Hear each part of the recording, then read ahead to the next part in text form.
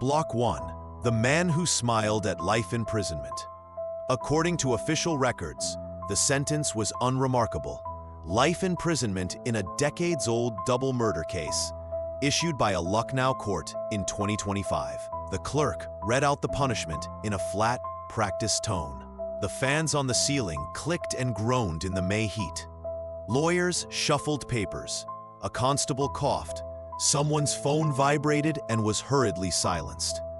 Only one detail did not fit the routine script of Indian justice. The accused smiled. He did not flinch when the words life term were spoken. He did not protest, did not plead, did not look at the families of the dead men sitting in the back row. Instead, Raja Kolander, a stocky, middle-aged man with thinning hair and a calm, almost bored expression, turned his head slightly, as if he were listening to a familiar song. His lips folded into a small, private smile. A few seconds later, the court stenographer would swear she saw his shoulders relax in visible relief. Even seasoned cops were shaken by this. They had waited 25 years to see this moment. For them, the courtroom was not just about one case, one file.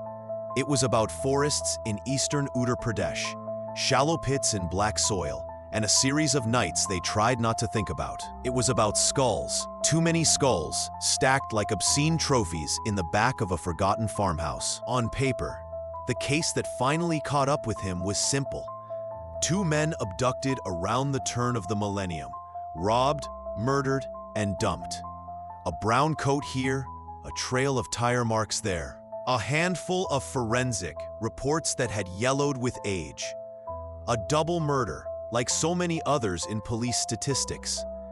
If you read only the file, you could almost believe this was an ordinary criminal, an ordinary crime, buried in an ordinary stack of dusty documents. But what happened next defies any logic that a normal person lives by. Because this was not just the story of a double murder. This was the story of a man whom villagers in Prayagraj and surrounding districts whispered about long before he ever entered a courtroom. A man who claimed he could grow stronger by consuming parts of his victims. A man who collected skulls, not as medical specimens or religious relics, but as symbols of power, arranged carefully on shelves, like a private audience that could neither answer nor escape. If you walk into the police station that first handled his case and ask for the old photographs, someone will fetch a cardboard box from a steel cupboard. No one opens it casually. Inside, beneath curling evidence tags and fading Polaroids, there are images that officers prefer not to describe. They will tell you about the inventory sheet instead. One human skull, second human skull, third human skull, and so on, until the clerk's handwriting turns cramped and impatient. In the margin, a junior officer once scribbled in Hindi, "How many more?" The note is still there. Some believe the truth was buried forever the moment the first of those skulls was carried out into the sunlight. They say not all of them were logged. Not all of them were traced to a name, a village, a missing persons report. In the chaos of the initial raids, vehicles crashing through muddy lanes, torch beams cutting lines through the dark, neighbors pressed against fences, objects disappeared. Diaries, cassette tapes, small bundles wrapped in cloth. Officially, everything important was seized and cataloged. Unofficially, no one can swear that a case as strange as this was ever fully contained. According to one retired inspector, who now spends his days on a small veranda staring at a narrow strip of road, the first time he saw Raja, he did not think serial killer. He thought clerk. The man from the Kol community who once worked in an ordnance factory spoke politely and kept his hands folded in front of him. He answered questions as if he was helping us fill out a form. The inspector recalls, no anger, no arrogance, just efficiency. Only later, when they started digging around his farmhouse, did the word psychopath begin to circulate in hushed conversations over tea. By the late 1990s, before anyone outside a few villages had heard the name Raja Kolander, drivers were already vanishing on the highways that thread through eastern Uttar Pradesh. A Tata Sumo here, a Jeep there. Families would report a brother or son missing along with the vehicle he drove, and their cases would be tucked into local registers under headings like suspected robbery or absconded with car. No one yet saw the pattern. The roads were dangerous, the nights were long, and poor men disappeared all the time. But in the winter of 2000, one disappearance refused to stay small and local. A journalist failed to return home, and with him vanished not just a man, but the quiet sense that this was just another vehicle theft gone wrong. When a reporter disappears, his absence writes its own headline. Editors ask questions. Politicians are forced to comment. The police, under pressure, produce raiding parties and night patrols. Files that had slept for years were pulled out, compared, and marked with new red ink. That was when seemingly harmless details began to converge. A farmhouse at the edge of a village, a man who liked to drive stolen cars, rumors of rituals held late at night, strange cooking smells drifting from a kitchen at odd hours.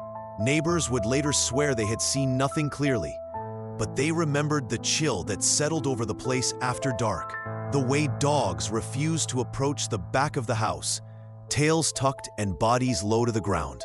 Officially, the story of the skull collector begins with a missing journalist and a police raid on an unremarkable farmhouse near Naini. Unofficially, locals insist it began years earlier, with whispers about a man who believed that eating from the dead would make him untouchable. Between those two versions lies a gap that no court judgment has fully bridged. This story will follow the path that investigators traced step by step, from the first missing drivers in the late 1990s to the night the police finally broke down the farmhouse gate, and from there to the 2025 courtroom where a man smiled as he was told he would likely die behind bars. Along the way, there will be official records and forgotten testimonies, rumors that refuse to die, and questions that remain unanswered, even after the last page of the charge sheet was signed. Because in the case of Raja Kolander, the paperwork may be complete, but the shadows it leaves behind are not. Block 2. Roots of a Skull Collector. According to official records, there is nothing especially noteworthy about the village where Raja was born. It lies in that wide, red-soiled belt of eastern Uttar Pradesh, where the land is poor, the rain unreliable, and most families know the weight of hunger better than the taste of luxury. His people, the Kol community, appear in dusty government reports under phrases like backward class and marginalized. On paper, these are statistics. In real life, they are children running barefoot on cracked earth, men bent over fields that never quite yield enough, and women whose jewelry is made of glass rather than gold. Raja grew up in a one-room hut with walls that leaked during the monsoon and a roof patched with tin and plastic. Neighbors remember him as a quiet boy, neither particularly kind nor especially cruel. He was just there, one old man told an interviewer years later, like a tree at the edge of the field. You see it every day, but you don't think about it. In school, when he attended, Raja sat at the back, copying some slowly, his eyes drifting often to the window. He was not the type to beat other children or show off. He watched more than he spoke. Unconfirmed stories say he was fascinated by local healers and village tantrics, the men who claimed they could cure an illness with ashes and whispers, or bend fate with a pinch of vermilion and a sacrificed chicken. When a funeral procession passed by, some villagers swear the young Raja would stand near the pyre longer than other boys, his gaze fixed not on the flames, but on what they revealed as they burned. Of course, no one wrote this down at the time. These are memories filtered through years of fear and hindsight, told in low voices over evening fires. Yet they crop up too often to ignore. What is documented, however, is that Raja did not remain in the village. As a young man, he secured a job in an ordnance factory, a rare stroke of fortune for someone of his background. According to employment records, he worked there for several years, drawing a modest salary, wearing a uniform that gave him a sliver of status. Colleagues later described him as punctual, obedient, and unremarkable. He followed instructions, completed tasks, and blended into the machinery of the institution like another bolt or cog. But somewhere between the factory gate and his village home, another life was forming. By the mid-1990s, Uttar Pradesh's highways were pulsing with new energy. Second-hand vehicles, rented jeeps, government cars, a restless stream of movement through a landscape where law enforcement was thin and corruption plentiful. Small gangs learned that a driver and his vehicle could vanish in a night, and the investigation would often end at a half-hearted entry in a register. Robbery, they would write, absconded, possibly fled. In that blurred zone between poverty and opportunity, men like Raja found room to operate. Investigative reports later indicated that Raja began with petty thefts and vehicle deals. He knew how to talk to drivers, how to offer a job, a side trip, a seemingly harmless favor. He would befriend men who wanted extra money, who trusted easily, who believed that traveling with a former factory worker from their own state could not be dangerous. Some of these men were never seen again. Their families kept faded photographs on the walls and went to police stations where the officers shuffled papers, nodded, and filed another missing person complaint into a growing pile. In one station diary from 1998, now brittle with age, an entry mentions a driver named Mishra who disappeared along with the jeep he had been hired to take towards Rewa. The note is brief, did not return, wife concerned. On the facing page, a later entry in another handwriting links the case to possible car lifting gang. And then nothing, no follow-up, no arrests. The trail ends on a line of ink, as so many trails do. But if you speak to the retired constable who once guarded that station's lockup, he will tell you something that never made it into the records. He remembers an unknown caller who phoned the station one night around that time, speaking in a low, measured voice. The caller named Raja and mentioned a farmhouse where men go in, but not all come out. The constable wrote down the number on a scrap of paper, intending to show it to his superior in the morning. By dawn, the paper had disappeared. Perhaps I misplaced it, he says now, unable to meet your eye. Or perhaps someone decided it was better if this thing stayed small. Rumors began to gather around Raja like flies around a wound. A driver claimed, over liquor, that he knew a man who ate goat meat cooked with something not from goat. A woman said she saw Raja returning to his farmhouse at odd hours, his clothes stained with dark patches that were not mud. Dogs barked at his gate and then backed away, fur raised, as if repelled by a smell only they could detect, yet without a body. Every suspicion remained just that, a story told in whispers, easily dismissed in daylight. Then came the journalist. According to the missing person report filed in late 2000, he was supposed to return home after covering a story, and never did. His wife, used to late evenings and unpredictable assignments, waited through one night, then two, before going to the police. Unlike the families of ordinary drivers, she had contacts, editors, fellow reporters, local politicians who did not want the press to turn against them. Questions were asked not just in a small rural thana, but in offices with air conditioners and polished floors. This time, the disappearance was not buried in a ledger. Case files from that period show a flurry of activity, check post logs scrutinized, phone numbers dialed, witnesses interviewed. A pattern emerged, faint at first, like a watermark on cheap paper. A certain route taken by the journalist's vehicle, a sighting of him near a particular village. A mention, once again, of a farmhouse at the edge of Naini. Different witnesses used different words. but the same name kept surfacing: Raja. It is said that one sub-inspector, leafing through old registers in a cramped records room, suddenly stopped. On one page from years earlier, he found a jotted complaint linking a missing driver to the same region, the same vague description of a stocky man who spoke politely but watched you too closely. On another page, a separate report bore the same phone number as a piece of paper he had just taken from the journalist's desk. A chill went through him. He closed the files, walked outside, and lit a cigarette with shaking hands. "There is more here than stolen jeeps," he muttered.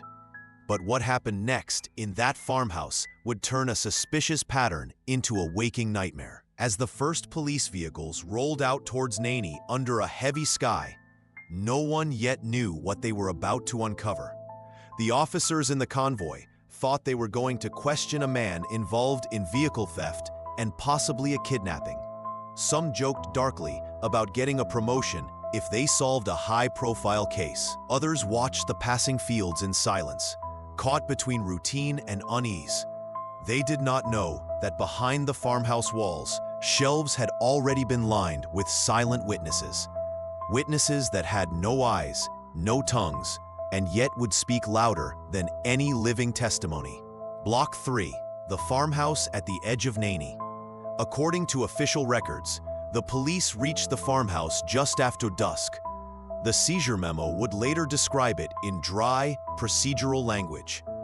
One single-story structure with adjoining shed, approximate area, and so on. On the ground, it was simpler. A low, squat house sitting slightly apart from the village, its boundary wall stained with years of rain and dust, its courtyard bare except for a hand pump and a twisted neem tree leaning toward the roof like a silent witness.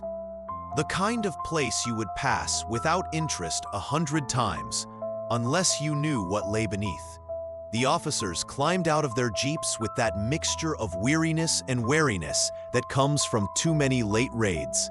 Some stayed by the vehicles, rifles at ease, but ready. Others moved toward the gate, boots scuffing the packed earth.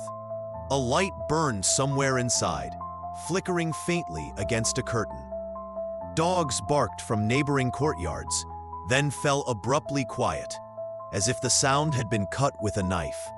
They called out for Raja. What happened next has been retold so many times that it exists in several versions. In the official narrative, the police announced themselves, secured the perimeter, and entered the house methodically. In the memories of some officers, the air inside felt wrong, heavy, as if the rooms had forgotten what fresh air was. One constable would later swear that the moment he crossed the threshold, the hairs on his arms rose, as though someone had run cold fingers down his spine. It was like walking into a place that did not want us there, he said. Raja did not resist with violence. He was detained, questioned on the spot, his answers vague, his tone calm. He claimed ignorance about the missing journalist and the vanished drivers. He insisted that he was being framed by enemies. He denied everything that mattered, but not with the panic of a man cornered. Instead, he spoke like someone reviewing a story he had rehearsed many times. The search began. The first rooms yielded nothing unusual. Bedding rolled in a corner, steel trunks, a wooden cot, clothes hanging from a nail. The kitchen smelled faintly of old spices and smoke. A transistor radio lay on a shelf, its battery compartment taped shut. On the wall, there was a calendar from a few years earlier, still pinned to a month long gone. It looked ordinary, one officer admitted. Too ordinary, as if someone had taken care to leave only normal things where we could see them. It was in the back, near the shed and the small patch of uneven ground behind the house, that the routine broke. Here, the earth had been disturbed more than once. Patches of soil were darker, softer. A thin line of ash clung to the edge of a shallow depression, like the scar of an old fire. someone noticed that the shed's door was secured not just with a chain and lock, but with a strip of cloth tied in a crude knot, the kind villagers sometimes use as a charm. One of the senior officers ordered it cut. Inside, the beam of a flashlight swept across tools, sacks, and a crude wooden table. Then it paused on a shape that did not match furniture or farming equipment. Pale, round, hollow-eyed. For a second, the officer holding the torch did not understand what he was seeing. The human brain is not built to recognize such things in ordinary spaces. It took a second sweep of the light for the truth to land, heavy and undeniable. A skull. Then another, and another. They were not thrown about carelessly. They were arranged, some on a low shelf, others in a rough line, as if someone had been in the middle of sorting them. In the air, there lingered no fresh stench of death. These remains had been cleaned, stripped long before, reduced to bare bone. That, in some ways, made it worse. This was not the aftermath of a single crime. This was a collection. Even seasoned cops were shaken by this. Men who had worked riot duty, seen accident sites on highways, stood over fresh corpses at canal banks, now found themselves unable to speak for a few moments. One constable stepped back out into the night and vomited behind the shed. Another crossed himself automatically, though he was not a Christian. "I thought I had seen everything," one sub-inspector would say years later. "That night proved me wrong." Seizure lists were hastily drawn up. Photographs were taken, harsh flash bouncing off bone, turning the empty eye sockets into black holes on glossy paper. The skulls were counted, tagged, bagged. The number that would later appear in charge sheets and judgments was chilling. 14. 14 human skulls recovered from the property of one man in a case that had started as a missing persons investigation. But there were other things too. In a trunk, officers found scraps of paper covered in messy handwriting, accounts, phone numbers, and, according to some, lines that looked like crude invocations or promises written in a mixture of Hindi and broken Sanskrit. In a corner, half hidden under a folded blanket, there was a notebook with its first few pages torn out. The remaining pages contained nothing incriminating, just lists of expenses, names of small towns, the price of diesel. Officially, it was seized and logged. Unofficially, some officers still whisper that there had once been another notebook, one that disappeared between the farmhouse and the station. There were also bloodstains, not fresh, but soaked into wood and earth. Forensic experts would later say that some of these could be matched to known victims, while others belonged to unknown individuals. A phrase that sounds clinical until you remember that each unknown had a face, a family, a life, and now no name in the records. Under questioning, Raja's story shifted. At first, he claimed the skulls were relics for study, picked up from cremation grounds. Then he hinted at rituals, at the need to gain strength from those he considered weak. That was when the word cannibal began to circle the case like a vulture. According to one officer present during an early interrogation, Raja spoke of eating parts of his victims not with embarrassment, but with a disturbing pride, as though he were describing an achievement. "This way I cannot be defeated," he allegedly said. "Their fear becomes my courage." Whether he truly believed in any occult power or simply used the language of black magic to justify an appetite for domination, no one can say with certainty. Psychiatrists would later label him a psychopath, but also confirm that he was mentally fit to stand trial. In other words, he knew what he was doing. Yet even as the farmhouse was stripped of evidence, questions multiplied. Villagers insisted they had seen more than 14 skulls in the early hours of the raid, before everything was carefully counted and carried away. Some spoke of bundles being loaded into vehicles without proper labels, of officers arguing in hushed tones about how much to reveal to the press. There were rumors of a small, locked box that left the farmhouse but never appeared in any inventory. By the time the sun rose, one local man said, some truths had already been hidden. Officially, the farmhouse at Naini became a crime scene, a site linked to multiple murders, cannibalism, and a man now branded as the Skull Collector. Unofficially, it became something else too, a house no one wanted to live near, a place where children were warned never to play, a landmark in whispered directions. Turn left after the cursed house, then go straight. What the files do not record is the silence that settled over the place once the police left. The way the wind moved through the empty shed, as if searching for the voices that had been taken away in bags and boxes. Because even after the skulls were logged and the photographs filed, the farmhouse kept one last secret. It had been allowed to become a theater for horrors, not just because of one man's twisted mind, but because for years, nobody had truly been listening. Block 4, Confessions in Fragments. According to official records, Raja's first statement after his arrest was routine. He denied involvement in the journalist's disappearance, claimed ignorance about the missing drivers, and insisted that the skulls found in his shed had been collected from cremation grounds for educational purposes. On paper, this initial denial reads almost dull, a familiar pattern. Suspect refuses. Police insist. Investigation continues. But what happened in the days that followed went far beyond a simple interrogation. They kept him in a small, bare room at the station. One table, 3 chairs, a ceiling fan that groaned as it turned. Much later, one of the officers would confess that it was not the room that made him uneasy, but the way Raja occupied it. Speak. Prosody rate -2%. Pitch -1. He sat straight-backed, hands loosely folded, eyes alert but never frantic. Thoughts. He did not look like a man whose world had collapsed. Thoughts, the officer recalled. He looked like someone waiting for a delayed train.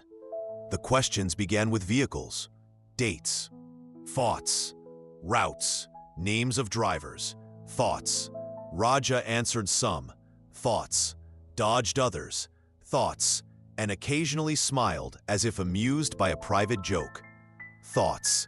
When confronted with specific details, the journalist's last known location, witnesses who had seen him talking to Raja, tire marks near the farmhouse, his composure wavered only slightly. Thoughts. Many people come and go. Thoughts, he said. You are not always alone. You cannot blame me for every face that passed near my house. It was when investigators shifted their focus to the skulls that the tone changed. According to one internal report, a senior officer placed a single skull on the table between them during a late-night session. Thoughts. The room was lit by a single tube light that flickered at the edges, casting uneasy shadows. Thoughts. Tell us whose this was, the officer demanded. For a long moment, Raja said nothing. Thoughts. Then, very softly, he laughed. Not loudly, not theatrical, just a brief, dry sound, as if acknowledging a detail in a story he had expected to remain untold. Why do you care now? He asked. You did not care when they were alive. Investigators would later admit that this sentence cut deeper than any confession. It was not entirely wrong. Many of the men who vanished in those years were poor, from families with no influence, from castes and communities that did not draw headlines. Their disappearances had been treated as inconveniences, not crises. Now, seated across from the man who may have ended their lives, the officers felt the weight of all the times they had turned such cases into routine entries in a register. Over hours that bled into days, fragments of admissions slipped from Raja's mouth. Never a neat, complete confession, always pieces.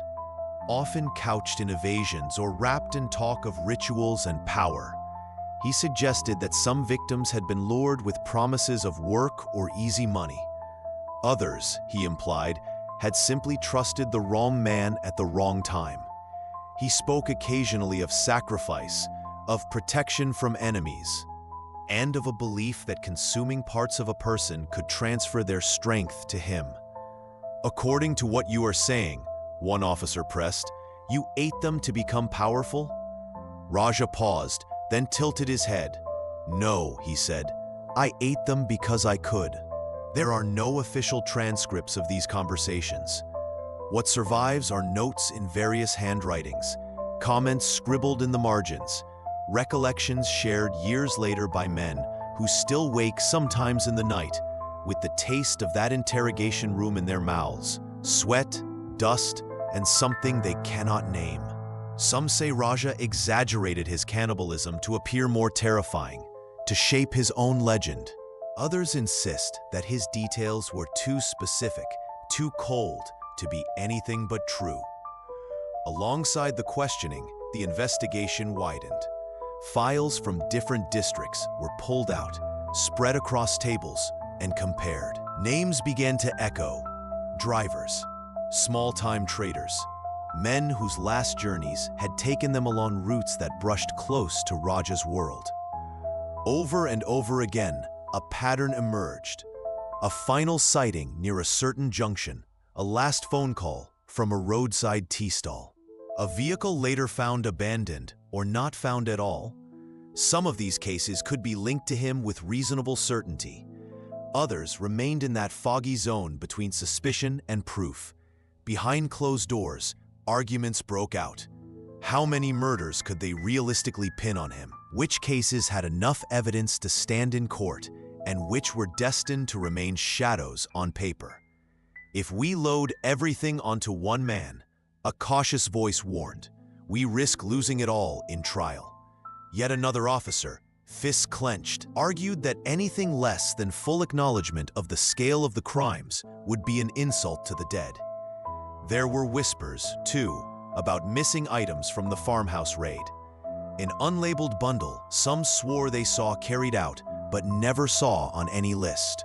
A small diary, rumored to have contained names and dates, that vanished between the property and the evidence room. Officially, such claims were dismissed as confusion in the chaos of a major operation. Unofficially, they fed a growing sense that not everything about the skull collector's activities would ever be fully known. In corridors where files gathered dust, some officers muttered about pressure from above. The case had attracted media attention after the journalist's disappearance. Higher authorities wanted results, but they also wanted a clean narrative. A finite number of victims, a clear chain of evidence, a monster who could be contained within the boundaries of law. Do not turn this into a bottomless pit, one senior official allegedly instructed. The public needs a story it can understand. Yet the story refused to stay small. As more remains were examined, forensic reports hinted at a time span that stretched across years. According to these analyses, not all the skulls dated from the same period. Some were older, suggesting that Raja's activities had begun well before the journalist ever crossed his path. In other words, the case that had finally exposed him may have been only one thread in a much larger, darker tapestry. Psychologists were brought in to assess him. Their conclusions were clinical: antisocial personality traits, extreme lack of empathy, high capacity for manipulation, intact cognitive function. He was not insane in any legal sense. He knew right from wrong. He simply did not care. One expert wrote that Raja treated other humans as consumable objects, materially, emotionally, and in some alleged instances, literally. It was a sentence that stayed with everyone who read it. Yet even these assessments left questions hanging. Where did this compulsion begin? In childhood? In poverty? In exposure to local occult practices? Or was it something colder, more intrinsic? A void inside him that no amount of ritual or flesh could fill? No psychological profile could fully explain why some men cross the invisible line between violence and ritualized horror. At best, the report sketched the outline of a mind that had stepped far outside ordinary human boundaries and found a disturbing comfort there.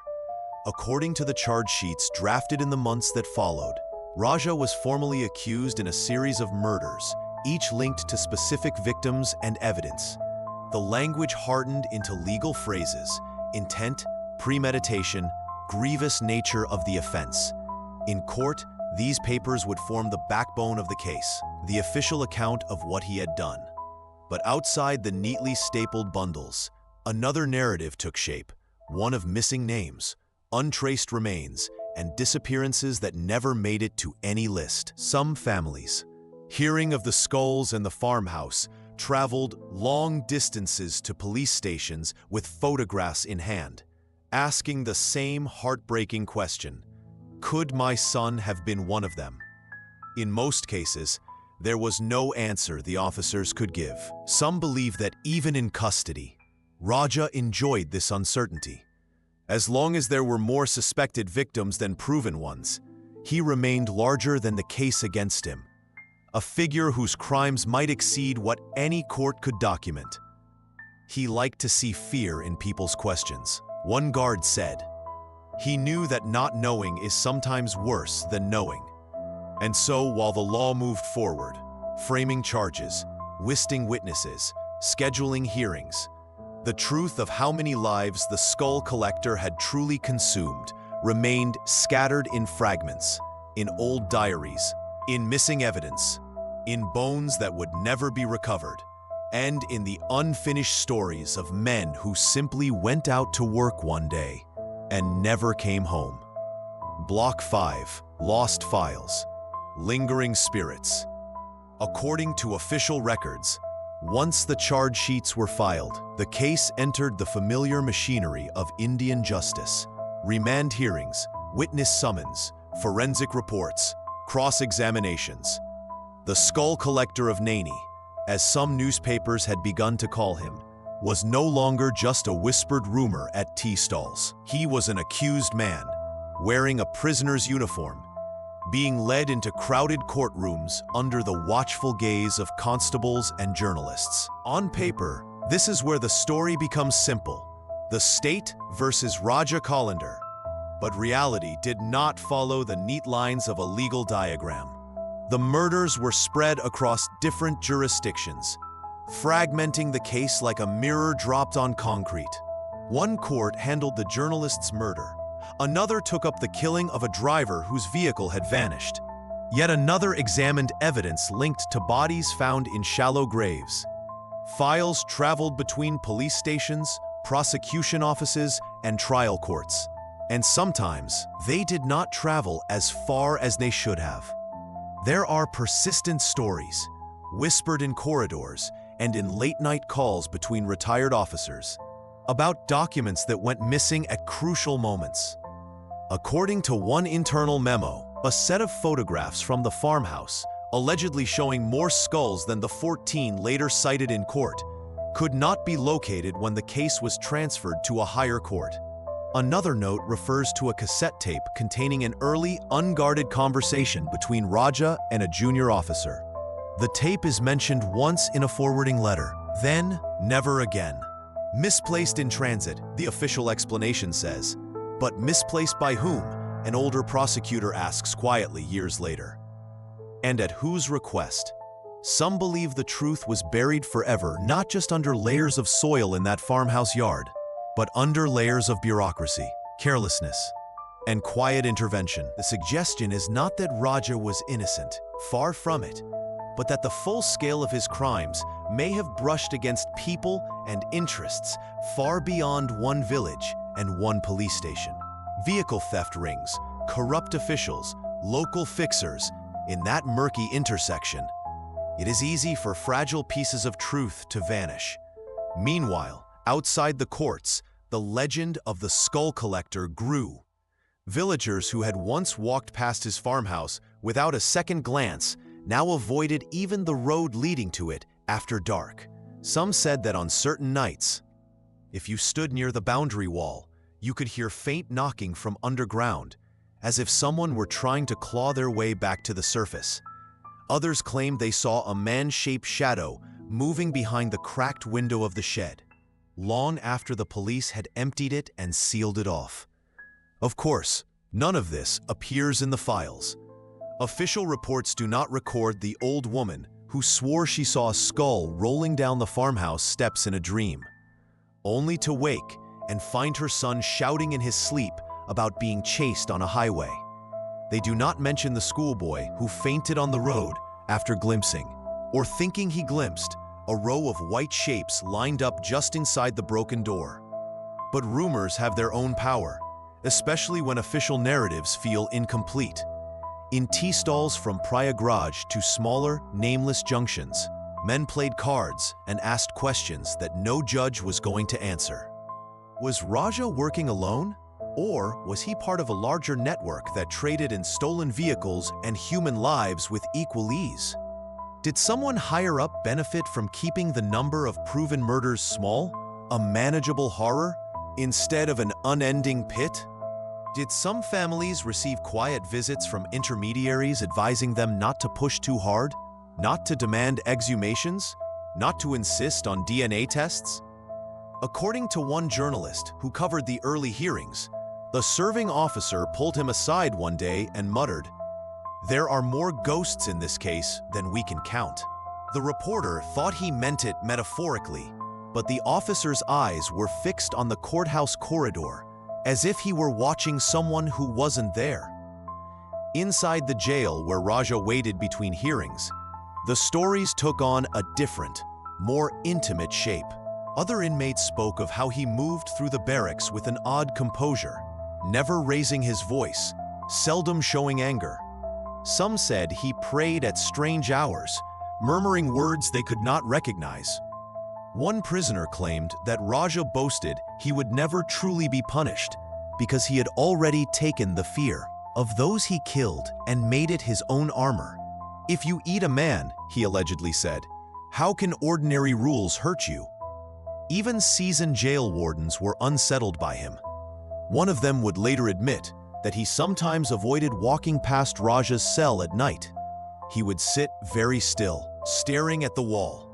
The warden recalled, not sleeping, not talking, just listening, as if he expected someone to speak to him from inside the bricks.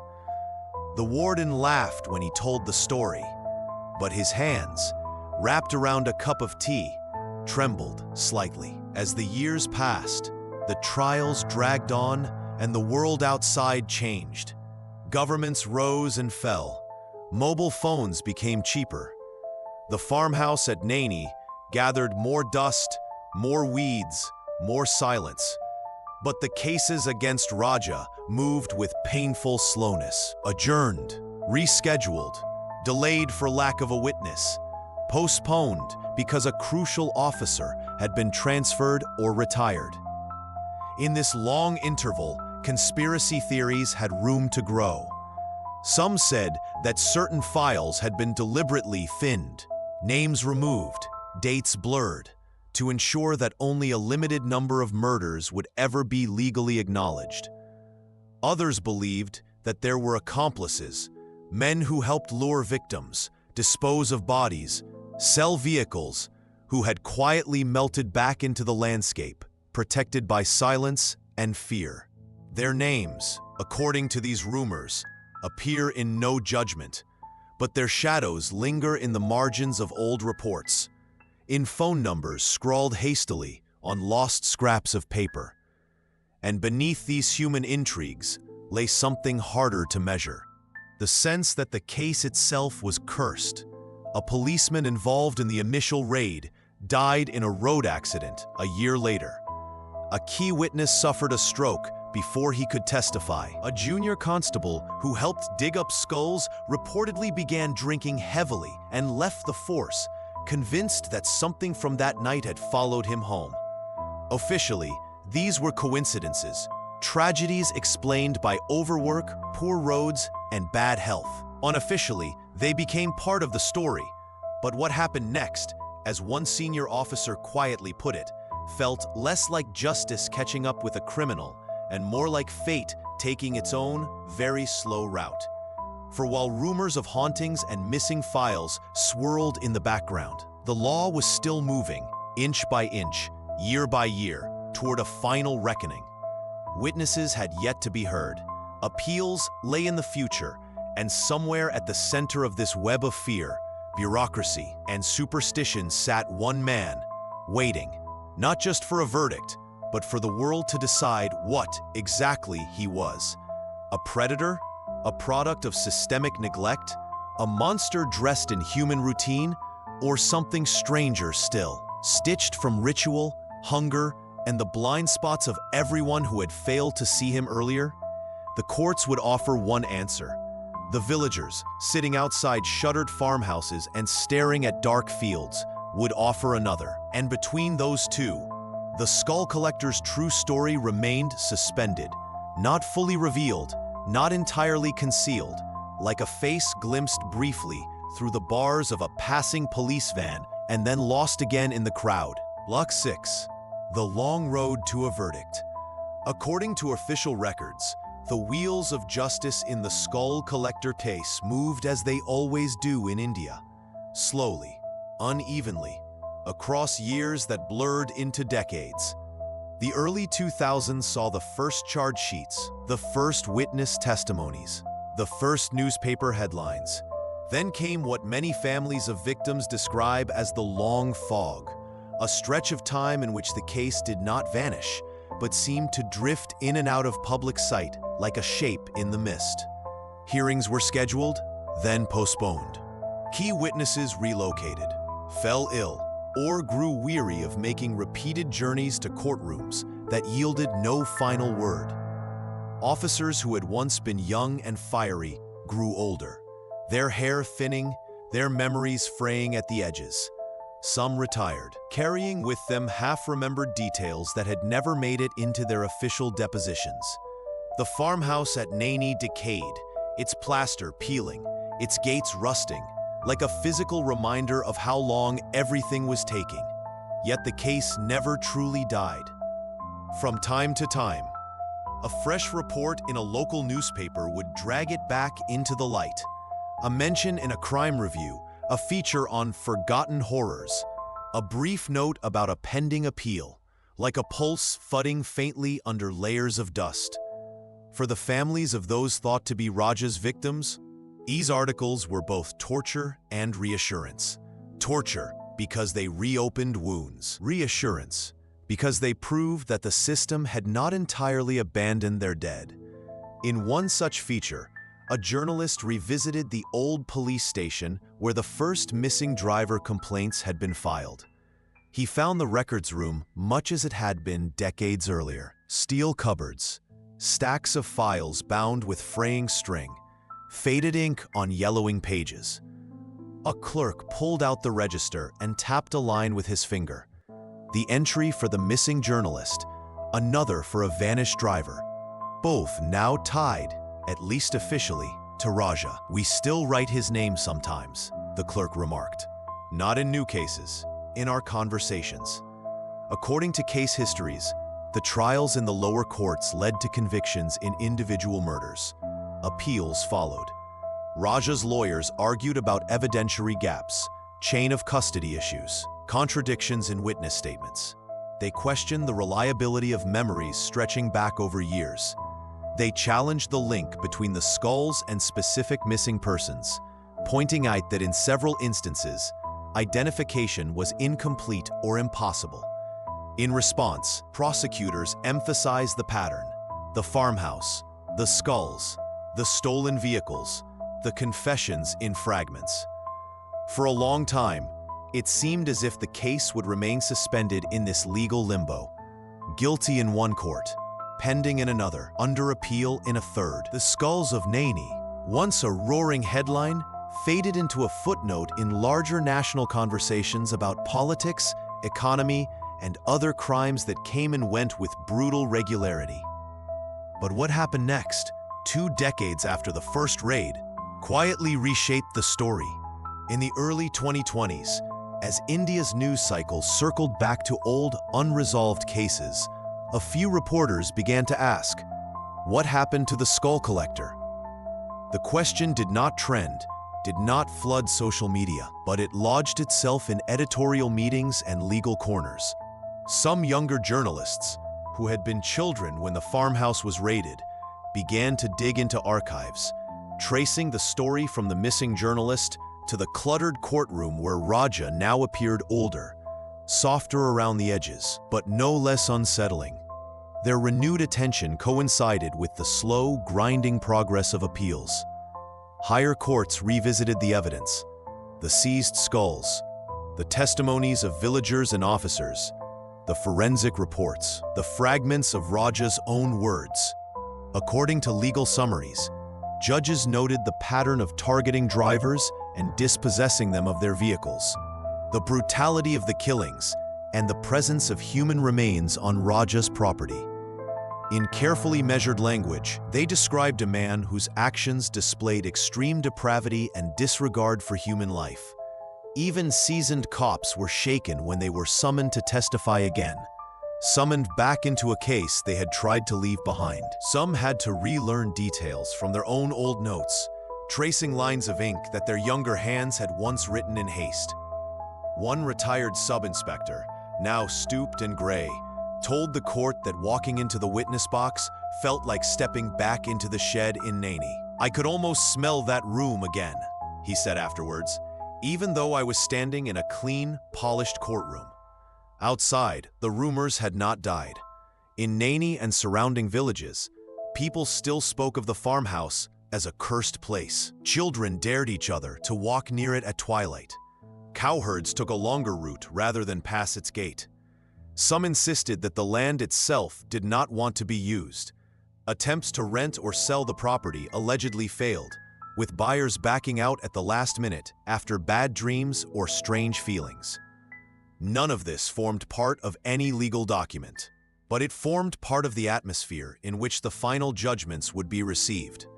Then came 2025. According to a report in the Times of India, a Lucknow court pronounced a life sentence on Raja Kolander that year in connection with the journalist's murder, a case that had once threatened to slip through the cracks of time. The hearing was not the media spectacle that some high-profile trials become.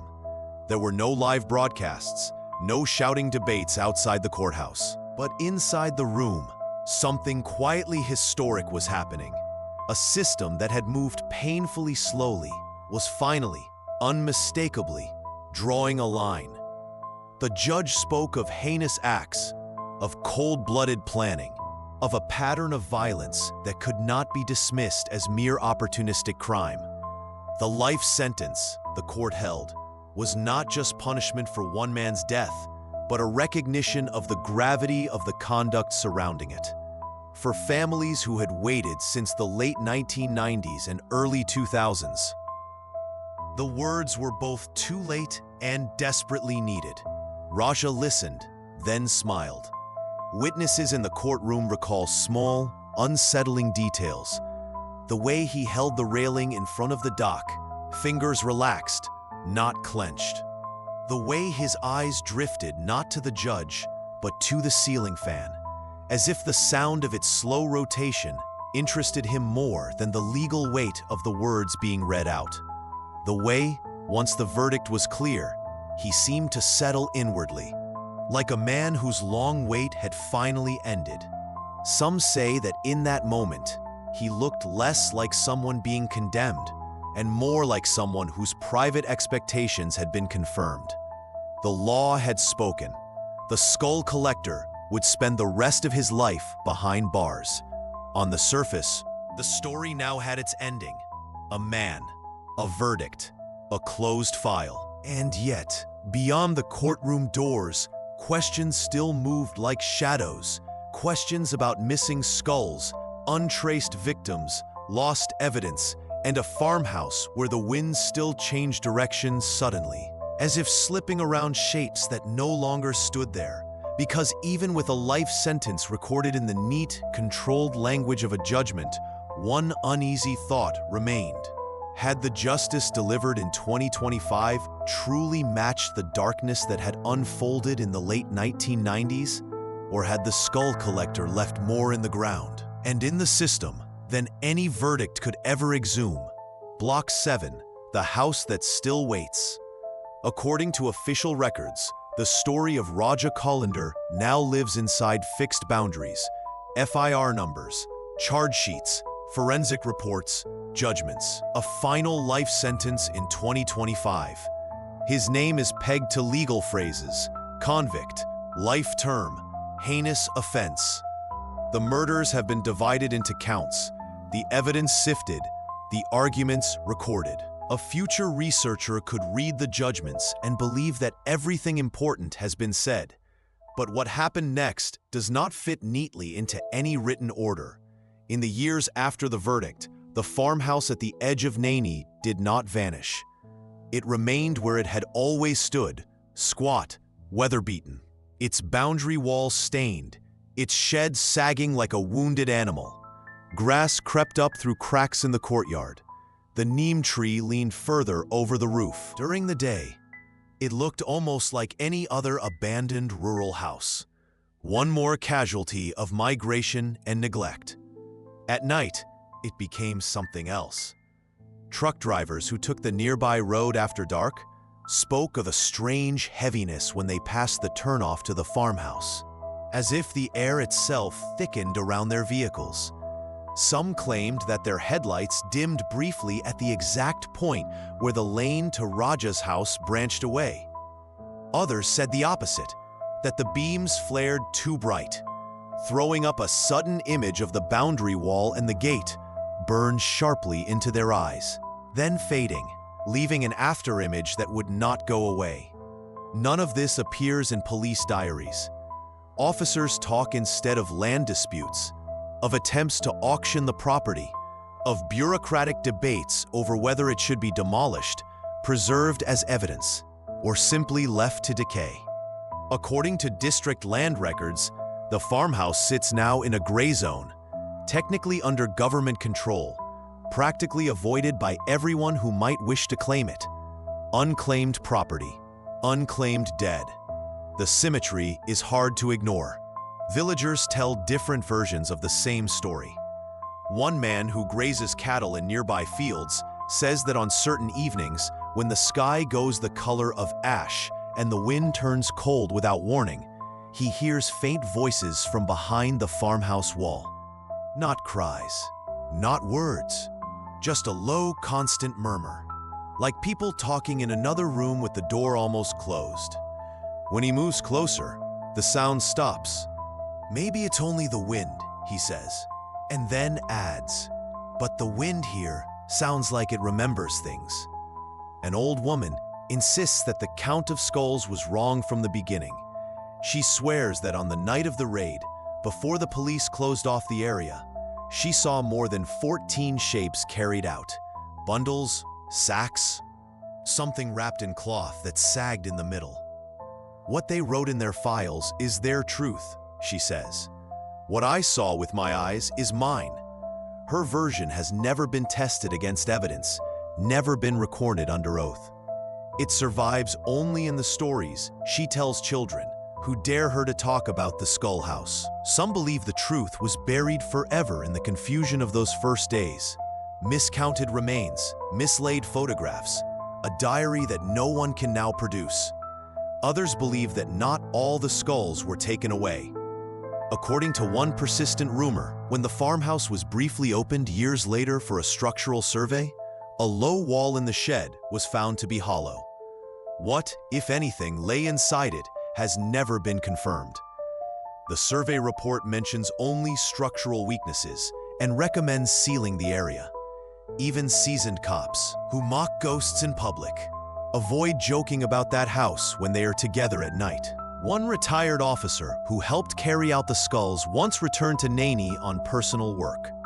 As his bus passed the turnoff, he found himself unable to look out of the window. I stared at the floor the whole time, he says. I was afraid that if I looked, I would see those skulls lined up again, as if the years had not passed. Inside prison, Raja's world has shrunk to measured spaces: yard, barrack, cell, corridor. According to jail records, he follows routine. He eats, he sleeps, he attends roll calls. He has grown older. His hair has thinned further. His shoulders have rounded. To some newer inmates, he is just another lifer, One more man whose crime they have heard about only in fragments, mixed with other stories in the echo chamber of jail gossip. But guards who have observed him over time say that there are moments when the skull collector seems to slip into an inward landscape no one else can enter. He will sit still for long stretches, eyes half-lidded, as if listening to voices no one else hears. Asked what he is thinking, he shrugs, or smiles faintly, or says nothing at all. There is no official record of remorse, no documented breakdown, no visible crumbling of his inner certainty. If he regrets anything, it has not made its way into the files. According to psychological theory, monsters like him should be rare, outliers at the far edge of human behavior. Yet the skull collector's story forces a more uncomfortable thought, that he was able to operate for years, not because he was invisible, but because so many of his victims were. Poor drivers, marginalized men, people from communities that officialdom only half sees. Before Raja consumed them, the system had already swallowed their names. "Why do you care now?" he had asked, when confronted with the skulls. The question lingers long after his life sentence has been signed and stamped. If you stand in that records room, flipping through registers that smell of dust and ink, you can trace the arc of the case in bureaucratic handwriting. Complaint received, investigation opened, accused arrested, charges framed, conviction recorded. The lines are straight. The language is controlled. Everything seems to move towards closure. But if you stand instead on the road near Naini at dusk and look toward the silhouette of the farmhouse, the lines blur. How many of the dead have names in the files, and how many lie outside those pages, reduced to rumors and nightmares? How many small warnings were ignored because they came from the wrong voices, in the wrong villages, about men considered too low in the social order to matter? How many other houses in other districts hide lesser versions of the same hunger, protected not by magic, but by indifference? The courts have done what they can. One man has been judged, sentenced, sealed off from the rest of the world. The law, in its limited way, has answered. The land, the skulls, and the silences answer differently. In the end, the skull collector of Uttar Pradesh is not just the story of a single killer. It is the story of how long it can take for the invisible to be seen, and how much is already gone by the time that happens. Officially, the case is over. Unofficially, it remains open wherever a missing person entry ends with no closure, wherever a shallow grave is never found, wherever a small house at the edge of a road waits in the dark, holding its breath. And if, one night, a passing driver feels a sudden chill as he goes by that forgotten lane in Naini and finds himself turning his head away without quite knowing why, he will probably tell himself it's just the wind, or a bad memory, or nothing at all. But somewhere in the gap between what we record and what we choose not to see, the same question keeps returning, quiet, insistent, unanswered. How many skulls are still out there, in sheds and in systems that no one will ever count? Prosody at the end.